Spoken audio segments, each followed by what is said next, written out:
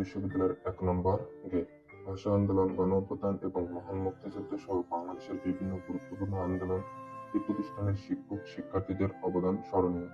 Gate দিয়ে প্রবেশ করার পরে আমাদের চোখে পড়বে শান্তি চত্বর। এখানে মহান মুক্তিযুদ্ধের প্রস্তুতি এবং গণহত্যার স্মৃতিকে ধারণ করে নির্মিত দুটি ভাস্কর্য রয়েছে। শান্তি চত্বরের সামনেই অবস্থিত শহীদ সাজিদ একাডেমিক ভবন। এখানে বিভিন্ন অনুষদের ডিন অফিস, পরীক্ষা নিয়ন্ত্রকের কার্যালয়, কেন্দ্রীয় গ্রন্থাগার, আইসিটি সেল এবং computer science and engineering, microbiology, pharmacy, আইন সহ আরো কয়েকটি বিভাগের কার্যক্রম পরিচালিত হয়।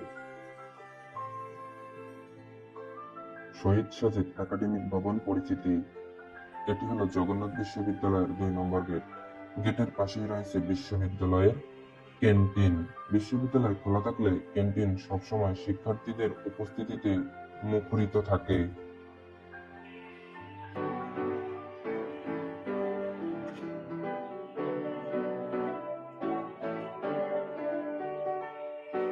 দুই নম্বর গেটের পেছনে যে ভবনটি দেখতে পাচ্ছেন সেটি হলো বিশ্ববিদ্যালয়ের ছাত্রী হল।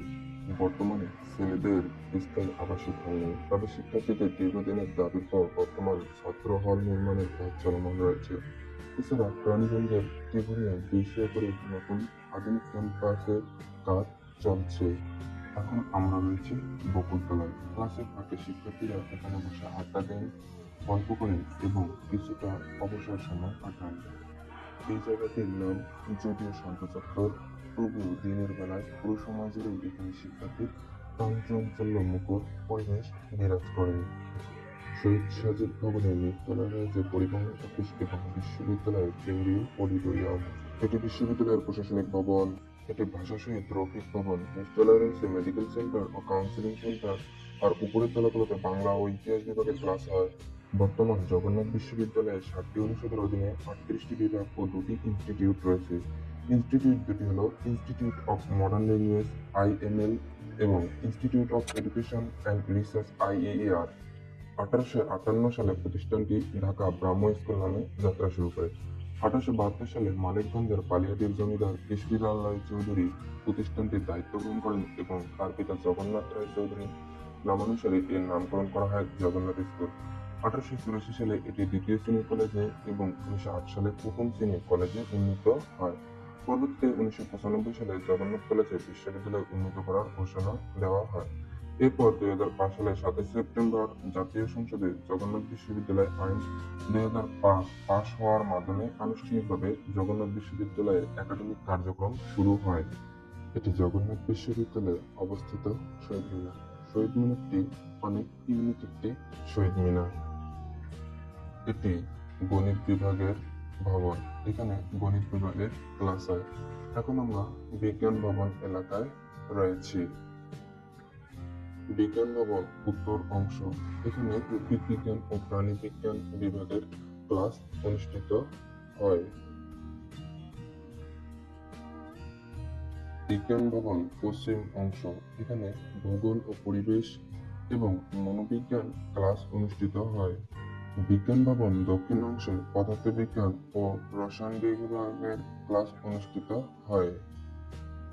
আমরা এখন চারুকলা ও নাট্যকলা বিভাগের ক্লাস করতে হয় সেগুলো দেখবো। সামনে আমরা যে ভবনটা দেখতে পাচ্ছি এটা হচ্ছে ইউটিলিটি ভবন। এই ইউটিলিটি ভবনের নিচতলায় চারুকলা ও নাট্যকলা বিভাগের ক্লাস হয়।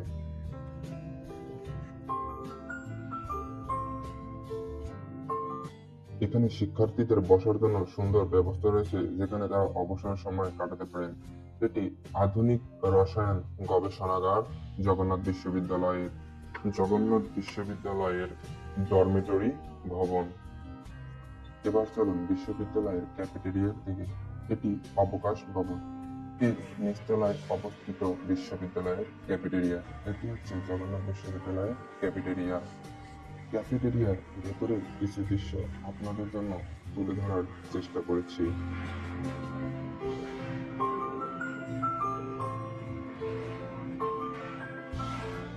অবকাশ ভবনে যোগসুর কার্যালয় অবস্থিত। এছাড়া অবকাশ ভবনের উপরের তলাগুলোতে বিশ্ববিদ্যালয়ের বিভিন্ন ক্লাব অবস্থিত, যেমন বাদন, স্কাউট, বিএনসিসি ইত্যাদি।